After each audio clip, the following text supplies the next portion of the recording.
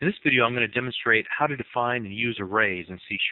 Now, we touched on this briefly when we were talking about for-each loops in a previous video, but we'll go into it in a little more depth here.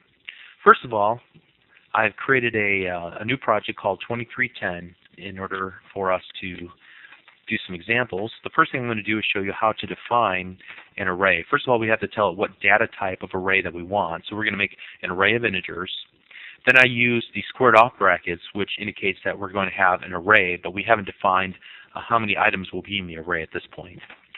Then we give it a valid identifier, and I'll call it myIntArray. And this is how we'll access our array throughout the rest of our code. To define and create a new array, you use the new keyword. So what we'll do is create an array of strings of names equal to new string, and then we'll tell exactly how many items we want in our array. In this case, the variable names is an array of strings that's going to hold 5 values. Arrays can be initialized as well. For instance, I can define the actual names. And we do that with the syntax like this. Well, first of all, let me comment on our previous definition of names, and we'll create a new one.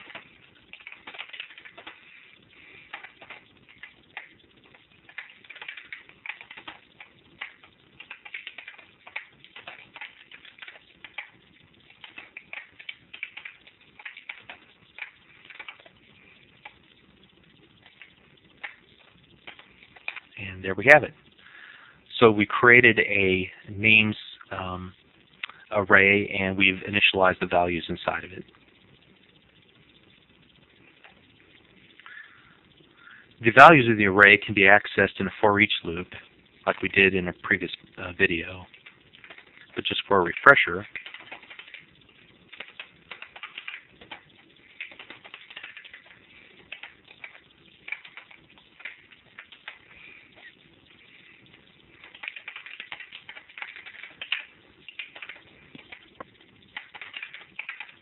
there you have it.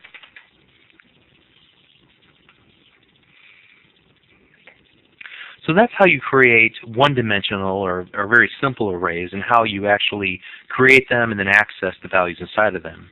But C# supports multidimensional arrays and jagged arrays as well. Basically, a multidimensional array simply has more than one dimension. In other words, it's almost like an XY coordinate. You can think of it in those terms. Or you can have a three-dimensional array or a four-dimensional array, where you have basically a series of 4 dimensions of points. I'll show you how to create a multi-dimensional array. We're going to call it matrix. So I'm going to do int.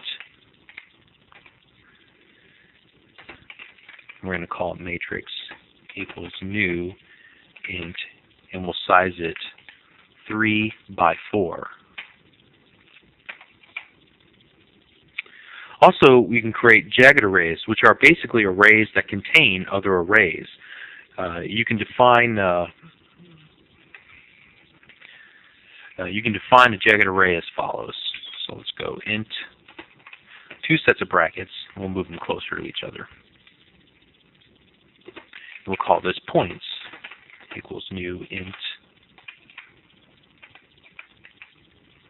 So we've just created a jagged array.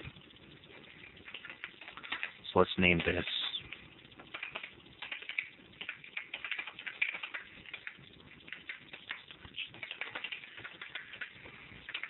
Now, if I wanted to actually initialize the multidimensional array, what I can do is use the following syntax. Whoops.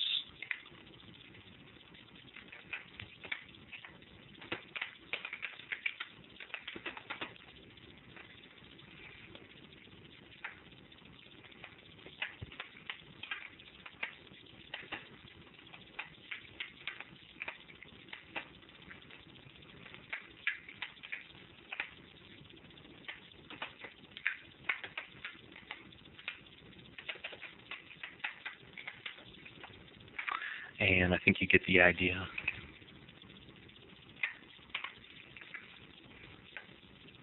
You can see that I have some red squiggly lines, so that means I made a mistake. Actually, instead of using the open parentheses, I'm supposed to use curly braces. So you'll have an open curly brace that will extend across all of the other items within your multidimensional array initialization. And then for each set, you'll surround them in a pair of curly braces as well.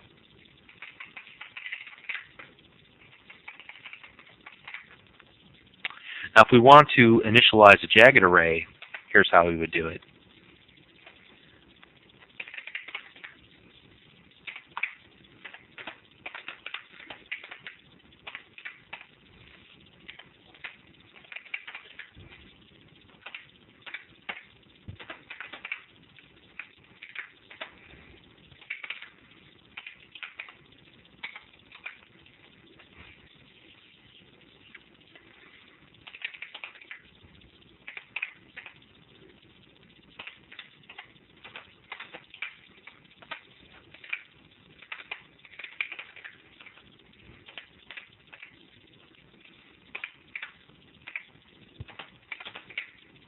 So let me explain what happened here. First thing that we do is we've gone ahead and defined the size of our new jagged array. And I suppose they should be of the same name there. Okay, so now we're in good shape. So we've defined points as a jagged array, an array of arrays, and we've scoped out the size of it. The first array will have 2 items, and the second one will have an undeterminate amount based on the array, as each of them are defined. So here we have our first array that's defined, array sub 0 equals a new array of integers of size 2. So this will fit inside of point sub 0. And this array of integers will fit inside of point sub 1. So when we want to access a specific element of the dimension or a specific dimension, what we do is say the first array and the second item in that array, and we're going to set that value equal to 3. And the same thing is true for our next statement, where we're going to access the second array, which is sub 1, and access the third value of that array, and we'll set that to 6. So that's pretty much what you need to know on how to dimension and create and use arrays within C#. Typically, you're going to use single dimension arrays. You probably won't have a whole lot of need unless you're juggling a lot of data around, doing a lot of calculations. But hopefully that'll give you a quick insight, and we'll go into jagged and multidimensional arrays in a future video. Thank you very much.